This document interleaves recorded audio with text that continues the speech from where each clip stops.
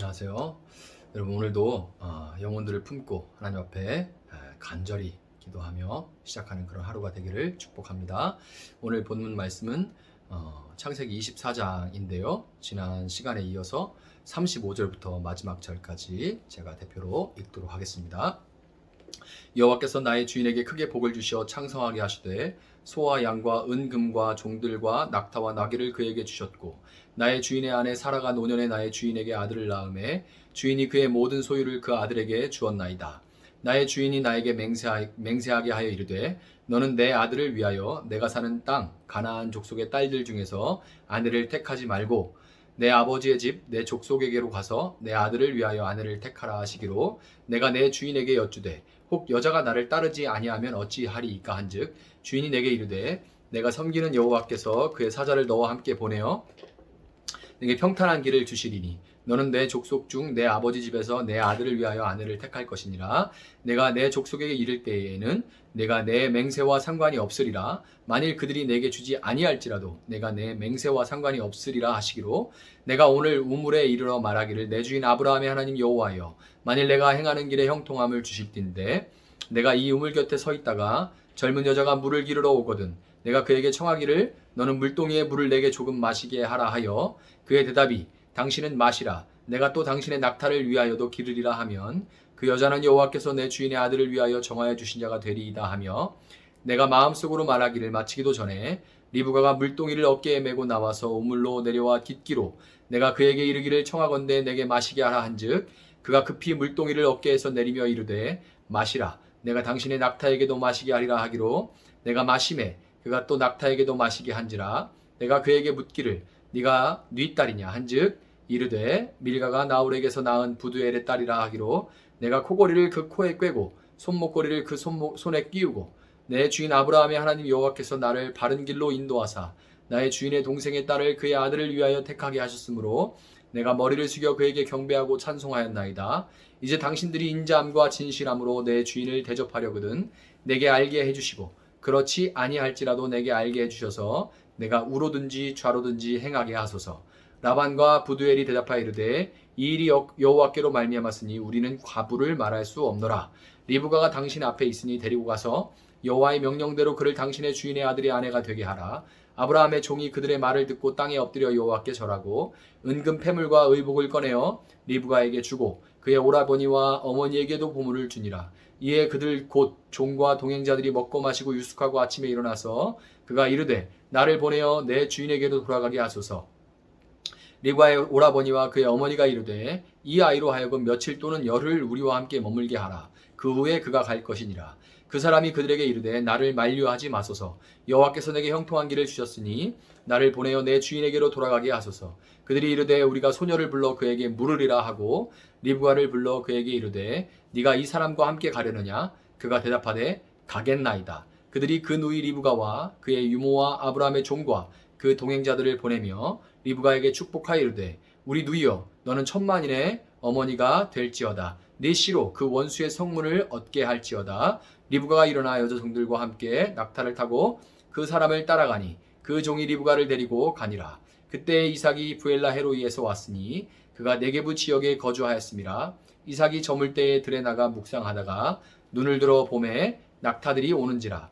리브가가 눈을 들어 이삭을 바라보고 낙타에서 내려 종에게 말하되 들에서 배회하다가 우리에게로 마주오는 자가 누구냐? 종이 이르되 이는 내 주인이니이다. 리브가가 너울을 가지고 자기의 얼굴을 가리더라. 종이 그 행한 일을 다 이삭에게 아뢰매 이삭이 리브가를 인도하여 그의 어머니 사라의 장막으로 드리고 그를 맞이하여 아내로 삼고 사랑하였으니 이삭이 그의 어머니를 장례한 후에 위로를 얻었더라. 아멘. 자, 어제 새벽은 아니고 어제 이제 새날을 시작하면서 우리는 우리의 신랑 되신 예수님과 만나게 되는데 있어서 성령님께서 어떤 역할을 하시는지 그거에 대해서 살펴봤습니다. 성령님께서 하나님 아버지의 마음을 알아서 자연적으로는 도저히 만날 수 없을 만큼 떨어져 있는 우리를 찾아오시고 우리를 위해 빌어주심으로 우리는 예수님께 나오라는 그 성령님의 부르심에 응답할 수가 있었습니다. 우리가 부름에 응답할 때 성령님 우리에게 코고리와 손목고리를 주심으로써 우리를 영원한 예수님의 신부로 인쳐 주셨어요. 우리는 이제 마치 수갑을 찬 것처럼 완전히 그리고 영원히 주님께 코가 꿰인 겁니다. 오늘은 본문을 통해서 성령께서 우리를 예수님의 신부 삼아 주심으로써 무엇을 이루어 나가기 원하시는지 조금 더 이제 24장의 후반부를 보면서 좀 더 자세히 살펴보도록 하겠습니다. 오늘 본문 54절에서 늙은 종은 리브가의 가족들에게 자기 주인과 주인의 아들에 대해서 그리고 어떻게 리브가와 만나게 되었는지에 대해서 다 이야기를 하고 나서야 먹고 마시고 유숙을 합니다. 그런데 재밌는 것은 하룻밤 유숙한 늙은 종이 진짜 먼 거리로 한 650km 그렇게 멀리 와서 하룻밤 유숙하고 나더니 다음날 아침 일어나자마자 리브가의 가족들에게 리브가를 데리고 출발하게 해달라고 그렇게 요청을 한 거예요. 가족들 입장에서는 딸과 이 석별의 정을 나눌 시간조차 빼앗긴 거고 손님 접대를 중요시하고 손님 접대에 실패한 것을 가문의 수치로 여기는 이 중동 문화에서 더할 수 없는 무례한 일을 지금 갑자기 당한 겁니다. 이 황당한 상황에서 가족들은 리브가에게 어찌할지 거취를 물어봐요. 아마도 그들은 리브가가 말미를 좀 주세요 이렇게 대답할 거라고 기대했던 것 같습니다. 당연히 그러겠지 하고 생각을 했던 것 같아요. 그런데 여러분 놀랍게도 리브가는 그때까지 자기를 먹여주고 재워주고 입혀준 가족들을 뒤로하고 알게 된 지 불과 한나절 된 늙은 종을 따라 나서겠다고 대답합니다. 아무리 신랑과 신랑 집안에 대한 설명을 거창하게 들은 데다가 금 코걸이와 금 손목걸이까지 받았다고 해도 이건 진짜 이건 너무한 거죠. 어떻게 이럴 수가 있단 말입니까? 물론 저도 이제 딸 키우는 입장에서 살짝 열이 받기는 하지만 그렇다고 해서 이 구절을 이래서 딸 자식은 키워봐야 소용없다 이런 식으로 적용을 하면 안 됩니다. 이건 그러면 되게 잘못 적용한 거예요. 여러분 우리를 찾아오셔서 예수님의 신부가 되라고 우리를 부르시고 요청하시는 성령님께 응답하고 나면 성령님은 우리가 즉각 우리의 과거를 청산하기를 원하십니다. 그래서 성령님은 인간적인 정, 미련 등을 다 끊어버리고 이런저런 손해들까지도 다 감당할 것을 각오하고 죄악의 자리에서 돌이켜 일어나서 성령님을 따라 거룩한 예수님의 신부가 되고 또 그렇게 살아가도록 끊임없이 우리를 부르시고 인도하신다는 거 여러분 믿으시기 바랍니다. 여러분 이렇게 우리를 예수님의 신부로 부르시고 예수님의 신부로 살아가도록 하시는 성령님께서 우리를 통해 이루고자 하시는 일에 대해 오늘 본문 60절이 분명하게 말해줍니다. 한번 여러분도 한번 다시 읽어보세요. 리브가에게 축복하여 이르되 우리 누이여 너는 천만인의 어머니가 될지어다 네 씨로 그 원수의 성문을 얻게 할지어다. 아멘. 자, 여러분 이제 엊그제 새벽 열기 때 창세기 22장 17절 18절을 읽었었는데요. 기억을 되살리기 위해서 한번 제가 다시 읽어드리겠습니다. 내가 네게 큰 복을 주고 네 씨가 크게 번성하여 하늘의 별과 같고 바닷가의 모래와 같게 하리니 네 씨가 그 대적의 성문을 차지하리라. 또 내 씨로 말미암아 천하 만민이 복을 얻으리니 이는 네가 나의 말을 준행하였음이니라 하셨다 하니라. 아멘. 자, 어때요? 두 구절이 쌍둥이처럼 닮았죠? 성경의 이런 구조를 제가 몇 번 언급했죠. 수미쌍관 혹은 수미상관, 인클루지오 이렇게 부르는데요. 두 동일한 구절을 위아래로 싸고 그 가운데 있는 이야기들로 그 두 구절의 내용을 설명하고 강조하는 이 히브리 글쓰기 방식입니다. 자주 나와요. 반복되는 이 두 구절 사이에는 두 가지 이야기가 들어있는데 첫 번째는 창세기 23장 우리가 살펴봤던 그 아브라함이 막벨라 굴을 사서 아내 사라를 장사 지낸 이야기고 24장의 이삭이 리브가를 아내로 삼아서 그의 어머니를 장례한 후에 위로를 얻은 이야기가 이 두 개의 반복되는 이야기 사이에 있는 두 가지 이야기입니다.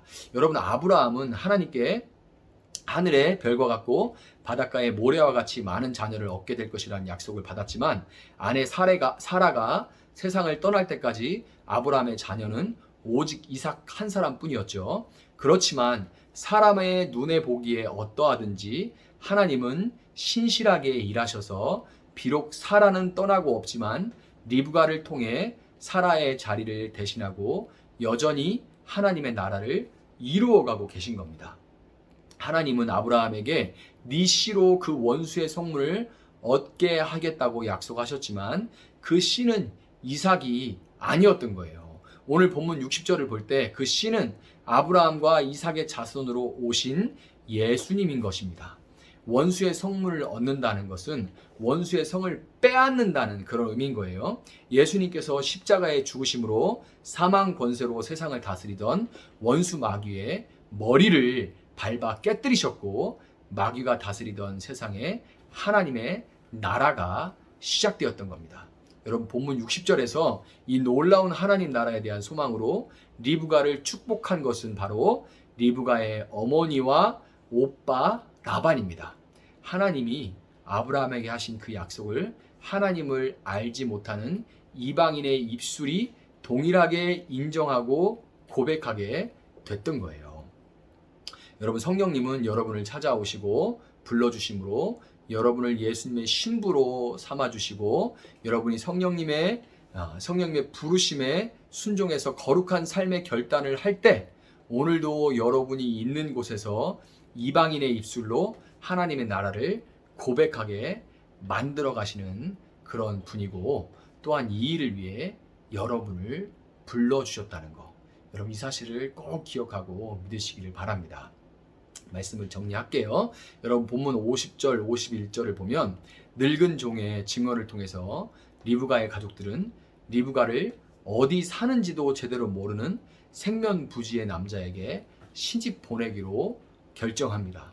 여러분 지금 여러분의 가족 중에 혼자 여러분만 이제 혼자 신앙생활을 하실 수도 있고 몰래 신앙생활을 하시고 있거나 아니면 신앙생활 하는 것은 뭐라고 안 하거나 자기는 교회에 나오지 않지만 교회 나가서 기도하는 것 정도는 하라고 하는 그런 사람도 있을 거예요.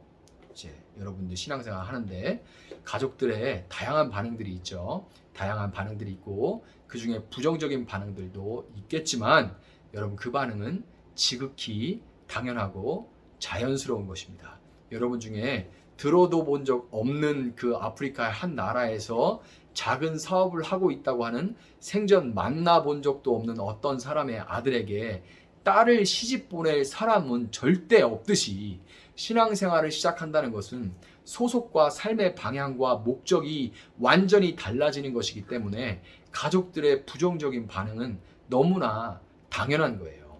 그렇지만 여러분 분명한 것은 늙은 종의 증언을 통해서 리브가의 가족들이 말도 안 되는 결정을 내렸던 것처럼 성령님은 이미 여러분의 가족들의 마음에 역사하고 계신다는 것을 믿으시기 바랍니다.